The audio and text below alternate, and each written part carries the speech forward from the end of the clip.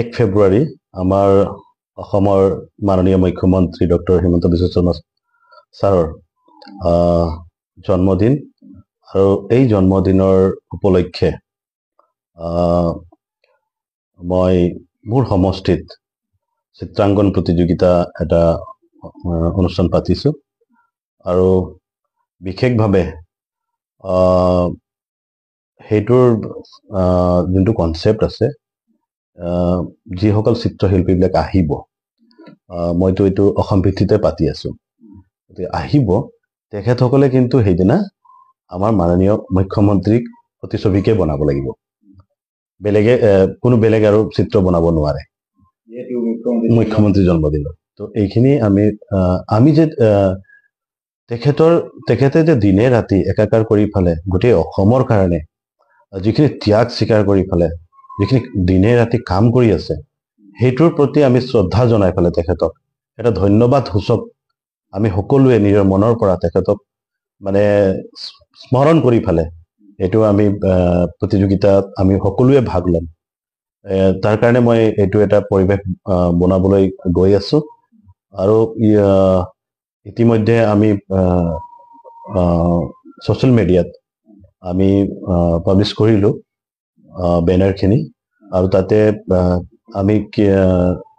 মানে কিবা কোডো দিয়া আছে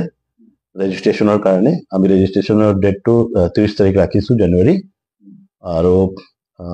যি দুটা ক্যাটেগৰীত আমি ৰাখিছো সিনিয়ৰ এণ্ড জুনিয়ৰ তো সিনিয়ৰ ক্যাটেগৰীত আমাৰ প্ৰথম পুৰস্কাৰ আছে 1 লাখ টকা দ্বিতীয় পুৰস্কাৰ আমাৰ 50,000 টকা তৃতীয় পুৰস্কাৰ আমি ৰাখিছো 25,000 টকা ঠিক সেইদৰে আমি জুনিয়ৰত আমি এইটো সিনিয়ৰ হল জুনিয়ৰত আমি ৰাখিছো প্ৰথম পুৰস্কাৰ 50,000 দ্বিতীয় পুৰস্কাৰ আমাৰ 30,000 আৰু দ্বিতীয় পুৰস্কাৰ আৰু তৃতীয় পুৰস্কাৰ আমি 15,000 ৰাখিছো সো আমি বিচাৰিছো যে সেইদিনা আমি নৱপ্ৰজন্মৰ যিহেতু তেখেত মামা হয় সকলোৱে মামা বুলি ভাবে আৰু আমাৰ বাবে তেখেতে কৰ্মযোগী হয় মানে এনেকা মুখ্যমন্ত্ৰী মই মোৰ মানে কাৰ্যকালতে হওক মানে মোৰ জীৱনত মই দেখা নাই সো তেখেতে আমাৰ কাৰণে এটা আদৰ্শ সেই আদৰ্শ পুৰুষক যাতে সবেই নিজৰ মাইণ্ডত লৈ ফালে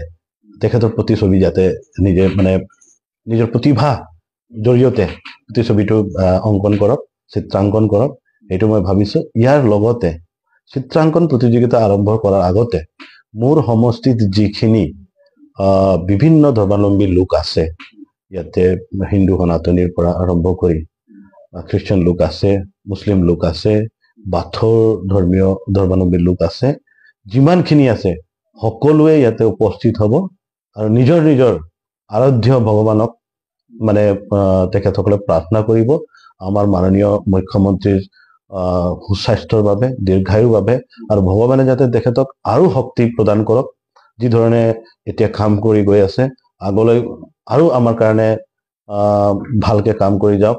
সদায় ভগৱানে তেখেতক কুশলে ৰাখক মংগলে ৰাখক তাৰে কামনাৰে আমি এটা প্ৰাৰ্থনাৰ এটা অনুষ্ঠান এটা ৰাখিবলৈ ওলাইছো এই প্ৰতিযোগিতাখনৰ ফলত আমাৰ যুৱপ্ৰজন্ম বা যিসকলে নতুনকৈ আগবাঢ়ি আহিব কেনেধৰণৰ সহায় হ'ব নাই আজি আমি যি মিডল ক্লাছ ফেমিলি হয় প্ৰায়ে আমাৰ মাজত বহুত প্ৰতিভা লুকাই আছে কিন্তু আমাৰ প্ৰতিভাবিলাকে কোনো ধৰণৰ প্লেটফৰ্ম নাপায় গতিকে মই পুৰস্কাৰবিলাক এনেকে ৰাখাৰ কাৰণ এইটো হৈছে যিজন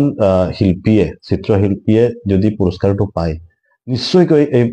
যোনটো ধনটো আৰু অৰ্থটো তেখেতৰ কাৰণে নিশ্চয়কৈ কিবা এটা কামত লাগি যাব সেইকাৰণে মই প্ৰথমে ভাবিছিলো কিবা পুৰস্কাৰত কিবা স্কুটি বা লেপটপ বা কিবা ৰাখিম বুলি তো মই ভাবিলো যে নাই এনেকা অৰ্থ বা ধনে এনেকা ৰাখো নগদ ধনে ৰাখো যাতে তেখেতসকলে লৈ ফালে তেখেতসকলৰ ভৱিষ্যতৰ কাৰণে কিবা যদি বাধা হৈ আছে যে অমুক কিবাৰ কাৰণে মই অমুক কৰিব পৰা নাই তো সেইটো যাতে সহায়ক হওক সেই হিচাপে মই চিন্তাধাৰাটো কৰিছো আৰু ইয়াৰ পৰা বহুতে আপোনালোকে মানে কি হ'ব উৎসাহ পাব আৰু বিশেষকৈ মই য'ত দেখা পাওঁ আমাৰ অঞ্চলত মানে চিত্ৰশিল্পী বিলাকৰ কাৰণে এনেকা অনুষ্ঠানবিলাক আমি সাধাৰণতে নাপাতো এনে জেনেৰেলি সৰু ল'ৰা ছোৱালীক কিবা এটা প্ৰতিযোগিতা পাতি দিওঁ কিন্তু এনেকে ডাঙৰকে পতা মই দেখা নাই ময়ো আগতে আৰ্ট কৰি আছিলো, মোৰো ইণ্টাৰেষ্ট আছিলে, কিন্তু সেইটো সময়ত আমাৰ অঞ্চলত কোনো আৰ্ট স্কুল নাছিলে, আমাক শিকোৱা মানুহ নাছিলে। যিখিনি আমি জানো সেইখিনি আজিকালি ইউটিউবৰ পৰা আদি কৰি গোটেইখিনিত আমি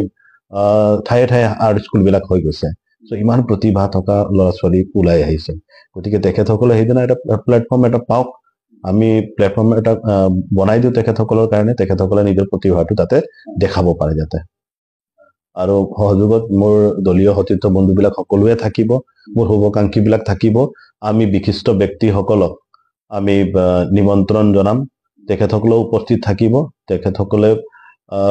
মইতো বিচাৰিছো সকলোৱে কিবা নহলে কিবা এটা সেইদিনা মানে জানক নাজানক আমাৰ মুখ্যমন্ত্ৰী ডাঙৰীয়াক বনাব লাগে। সেইদিনা আমি গুৱাহাটীৰ পৰা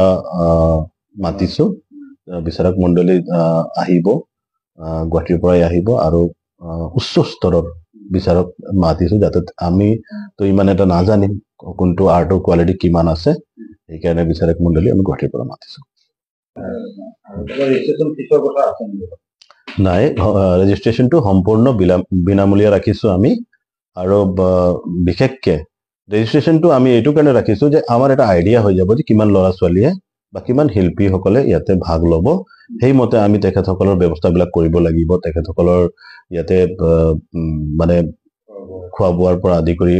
তেখেতসকলৰ এৰেঞ্জমেণ্ট বহুত আছে। সেইটো কাৰণে আমি ৰেজিষ্ট্ৰেশ্যনটো ৰাখিছো যে আমাৰ এতিয়া আইডিয়া লৈ যাব, কিন্তু এইটো কাৰণে 1 টকাও কোনো দিব নালাগে।